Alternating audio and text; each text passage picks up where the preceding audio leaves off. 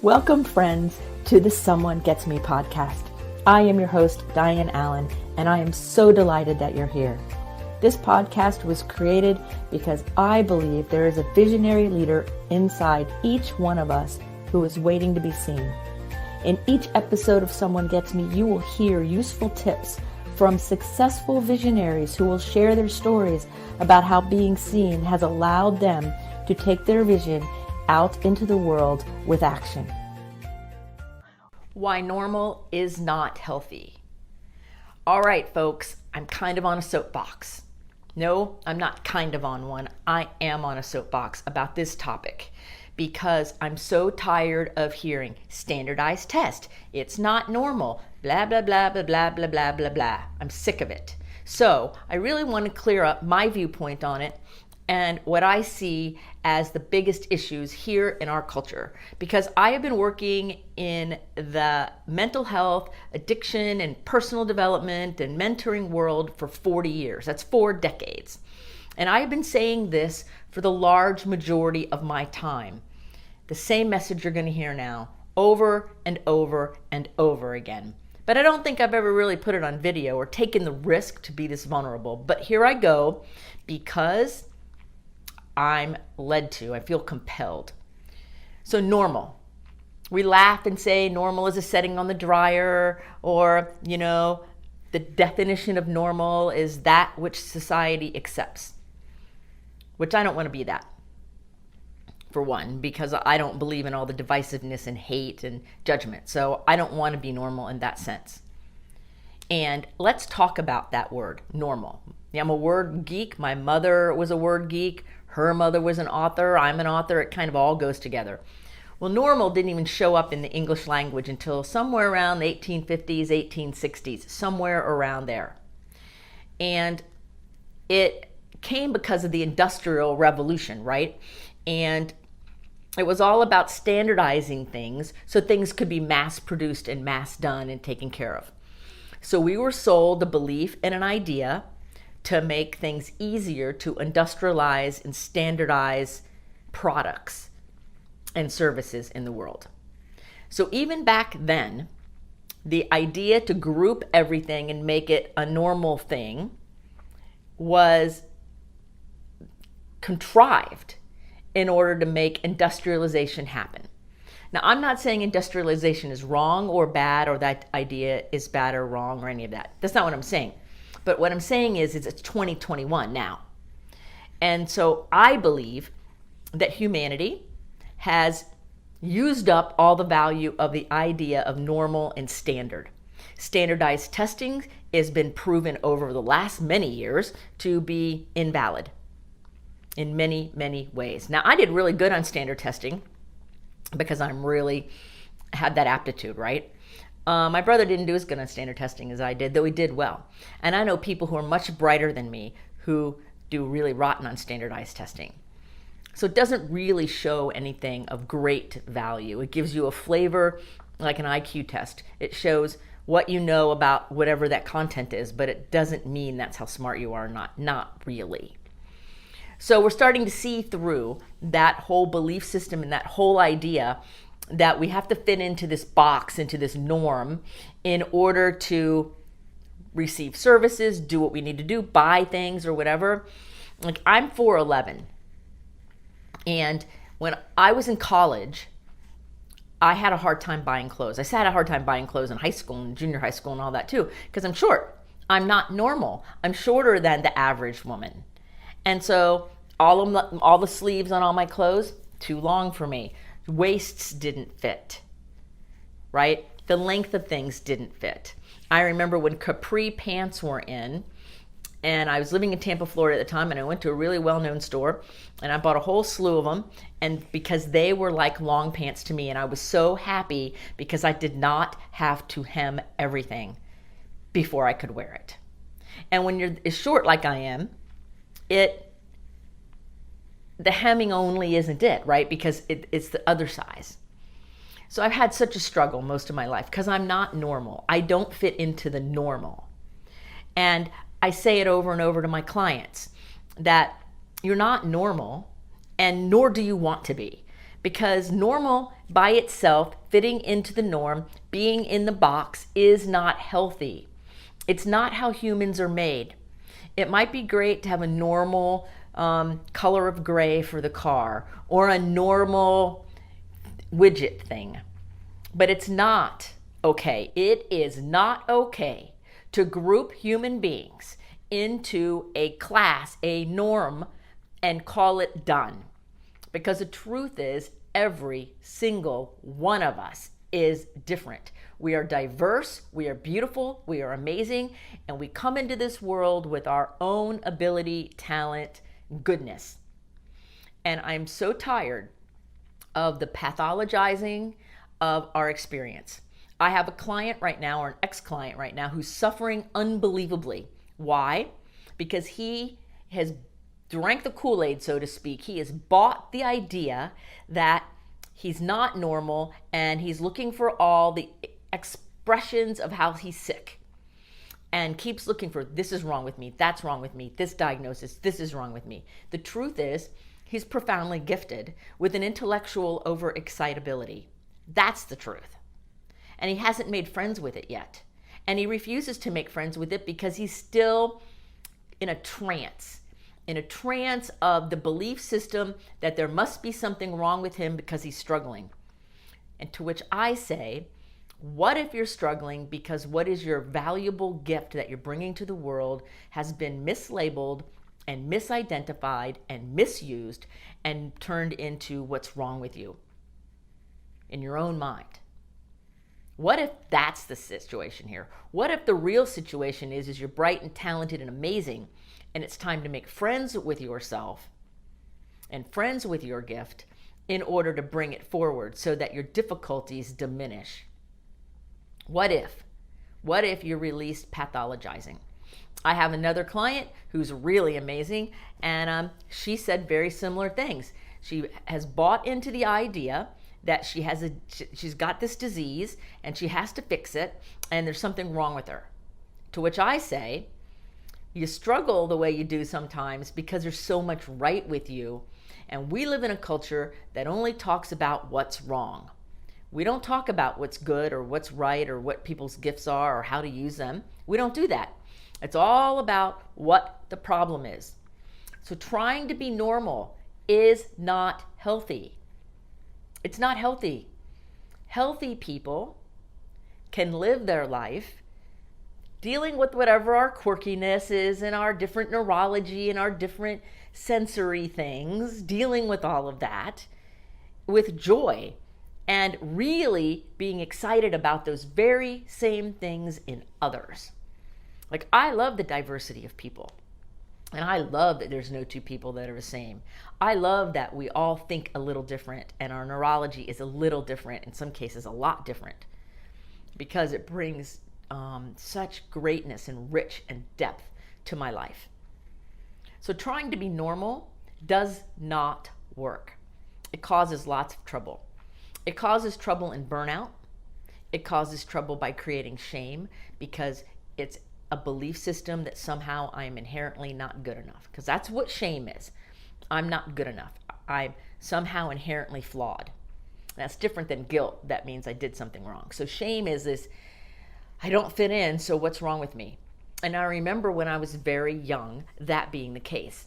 I'm introverted. I was very shy when I was very young. I'm still kind of shy. And I was very sensitive, highly sensitive, intensely sensitive. I had all these overexcitabilities.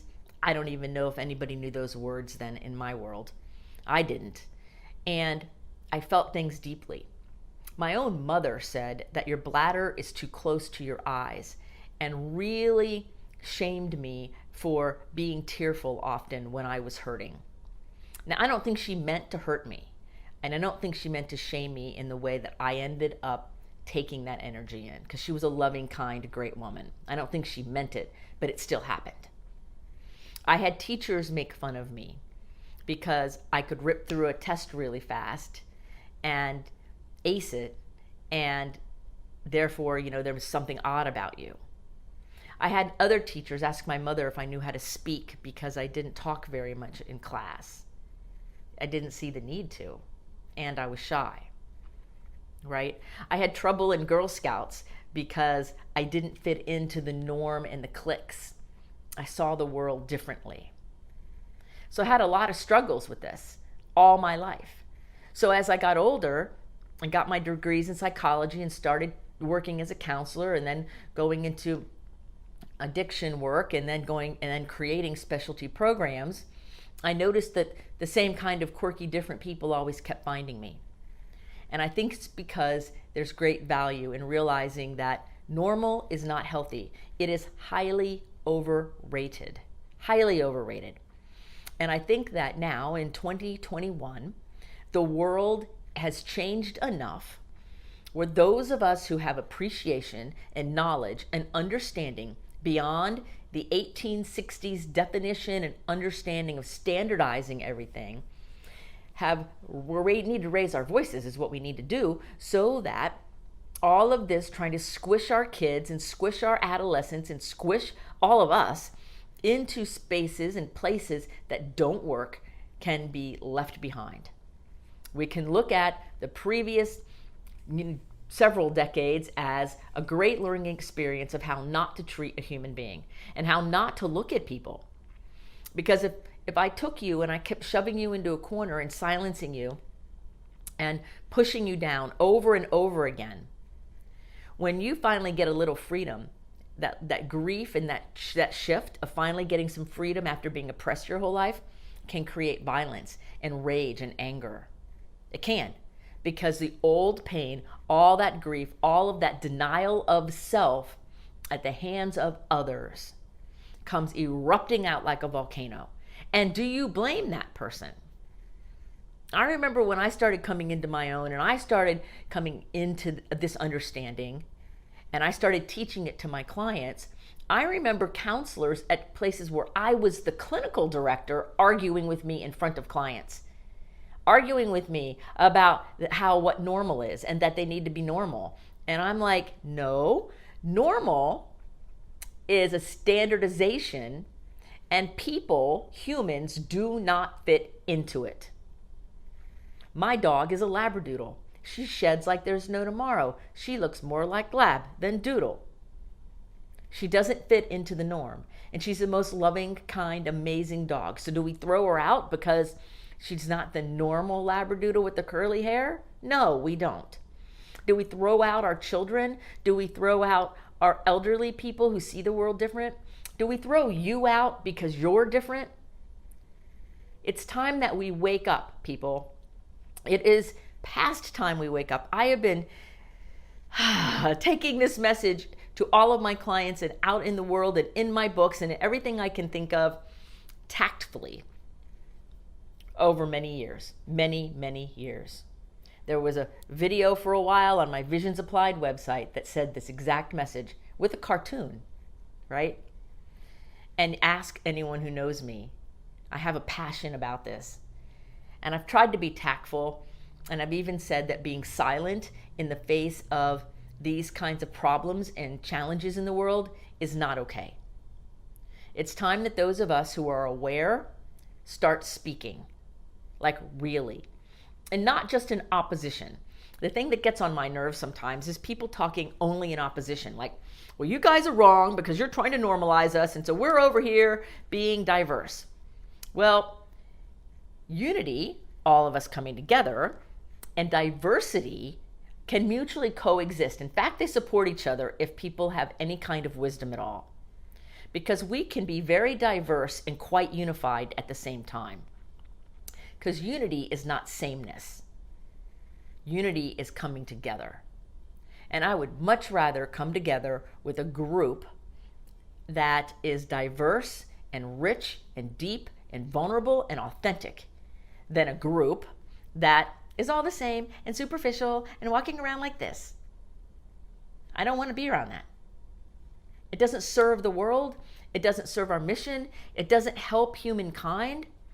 And you know, the world's expanding, and we're here, all of us are here, to bring in a better world, to leave it better than we found it. And quite frankly, there's a lot of people in my generation that if they were in school, they'd be getting a lot of F's. They might get A's in some things, but they're getting an F in being a good steward. They're not doing so well at caring for others. No, selfishness? What about the generation behind me that's full of entitlement? Oh, my living word, that's not being a good steward. To being a good steward means to take the best care of something. The best care. And that's not the norm. The norm is good enough for government work, let it go on by, whatever needs to happen. Just make it okay. No. It's about being a good steward. It's about doing the right thing. It's about realizing that every single one of us is so different and so uniquely beautiful that we release the idea that there's something wrong. We release the pathology. We get rid of the idea, the belief, the actions, the words, that just because you're different makes you less than, wrong, or better than, or more right than me. Looking at people and putting them up here or putting them down below you, neither one of those work, because the truth is we are all amazingly connected. That's the truth. And the truth is we're meant to be diverse. So I suggest we redefine the problem in our society. We redefine it by starting with the first truth, and that is that you are beautiful, lovable, and capable. That your diversity is needed, it's desired, and it's the perfect, authentic gift that only you can bring to the world. I suggest we redefine the idea of what it means to fit in. And not from a place of anger either, or a place of reaction where we go to the other side just to argue. Like we have the right wing and the left wing and they're all fighting. Well, you know what? Neither one of them are accurate. Because that's not where the answer is. The answer is within each one of us of what's the highest and best good for ourselves and others. And we can't answer that question if we're distracted in anger, if we're distracted in fear, if we're distracted in doubt or worry or grief. We can't answer the question. So the first step is to get rid of the pathology and to redefine the problem, that the problem is not the people. The problem is the system. The problem is the paradigm. The problem is the set of belief systems. The problem is we have tried to standardize humans like we standardize machines, and humans are not machines. So that error that started many generations ago in the late 1800s, it's time to get rid of it. It's time to wake up from the trance, from unenlightenment from years ago, and come into today, where we see the value and goodness in all people because they're inherently good and valuable. And if you're doing such bad choices in your behavior, or there's a big problem elsewhere, that's where the law of natural consequences comes in. So it's not ignoring that. It's understanding that the beginning of the problem is the trance that was created in the late 1800s that people could be standardized like machines and paint color. No, not true. I think that's why so many of my clients are really successful, because I've been holding this belief forever as far as I can determine. And I remember being a maverick, in the therapy world, where I had this one job where I was supposed to follow this book, get this book and read the pages and follow it along. And that's what you taught that day. And I would get in the group with my people and I would I'd say that today we're supposed to talk about whatever was in the book. I'd close the book and say, now, what's important to you? And I had the highest success rate in this addiction facility. My people stayed sober and I got awards. I never followed their program, not once. That was so long ago, you'll never find it now, right?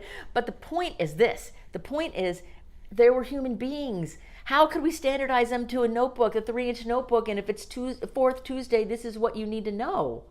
No, that's incorrect. It's incorrect. It wasn't correct then. It's not correct now. And until we stop living in the trance and looking at humans as things, until we stop it, we're going to continue to kill our environment, to harm really great people, and to hold back beauty and goodness. And I'm over it. I am over it. So let's get rid of looking at what's wrong and the deficit in people, and let's start looking at what's right. What's right about you? What's right about the situation? What right and good in the capital R means spiritually, like the higher principles. What is it? And let's live from that place. Shall we? I think so, right? Like I remember those teachers holding me back when I was younger, but I also remember my high school teacher, Mrs. Rapolsky. And Mrs. Rapolsky was my high school humanities teacher, and she was feared by so many people because we had to write with black inks. We even had a black ink pledge at our table, and you had to get a pen that didn't ball up and write terrible. And there were so many rules. We had so many books to read and so many reports to do. But thanks to Mrs. Rapolsky, I clept out of, meaning I got to test out of, my first year of college. Why? Because she took interest in all of us. It mattered to her how we all did. And while we would be in class in high school, students who were already in college or had left, they would come back and they would come into the classroom and visit her when they were in town. And none of us could figure out why would people come back and see Mrs. Rapolsky. Oh my God, She was amazing.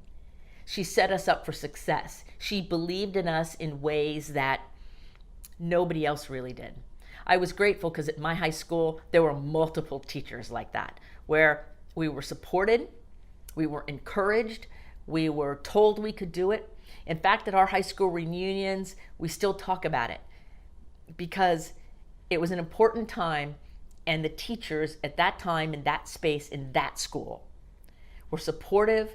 They appreciated who we were, what our differences were, and they really wanted us to succeed. And many, many, many of us, a very high percentage of my high school graduating class, we've all been very successful and made really good decisions in the world.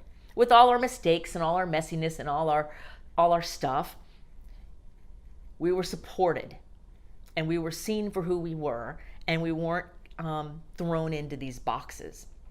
So teachers when I was younger tried to do that, right? Teachers when I was in high school, not as much. Then I get to college, and a few of my professors, I still remember them, really supported my diversity and the fact that I think differently. I think fast. I have a photographic memory. I know stuff that other people don't know because I have a gift of intuition that I didn't even know was intuition. I thought everybody had it, and they just weren't using it. I didn't realize it was a little different. But they honored that in me and supported it. And so it helped me launch my life in a way, being understood better by some of them than I understood myself at the time. But it gave me that foundation and that fire to continue to be an advocate for geeky gifted people, for people who don't fit into the mold, for the creative geniuses who are trying to translate big vision into this human world, for the messiness of life. It gave me support, encouragement, and permission to let who I am show up more authentically and more fully every day. Because I'm much different now than then. I'm much different now than I was last year. And next year, I'll be different. Because I'm evolving and changing and growing and using my voice more fully to support people who maybe don't use their voice yet. I told one of my good gifted friends recently that there's nothing enlightened about playing small. There's nothing good about being the best kept secret. And I believe that sometimes those of us who can see through the trance, see through the fog, see through the delusion, the collective hallucination, that it's time for us to speak up. So that's what this episode is, because normal is not healthy. In fact, normal is highly overrated. Never apply the word normal to any human being, because no one is a machine. We are real, authentic, amazing beings. So can we start treating each other like that and come out of our fighting corners and realize that everyone has value? Can we, please? All right. Soapbox is kind of over now. But it matters. So if you heard nothing from me, please remember that you are wonderful and beautiful and creative and lovable and kind and generous at your core. And any time you have acted out of alignment with your own beauty and your own goodness from your own soul, it was out of fear. It was out of misunderstanding. It was out of being taught lies about who you are. It's not because that's who you are. You are not your behavior. You are not your feelings. You are your soul's essence that is here in human form to do something magical and amazing and experience joy and connection. So normal, my friends, is not healthy. Any questions? Thank you for listening. I trust you gained some valuable inspiration and information. Please join me and other visionaries in the Someone Gets Me Facebook group. Or for more information on my services and additional episode's, visit someonegetsme.com. Again, thanks for listening.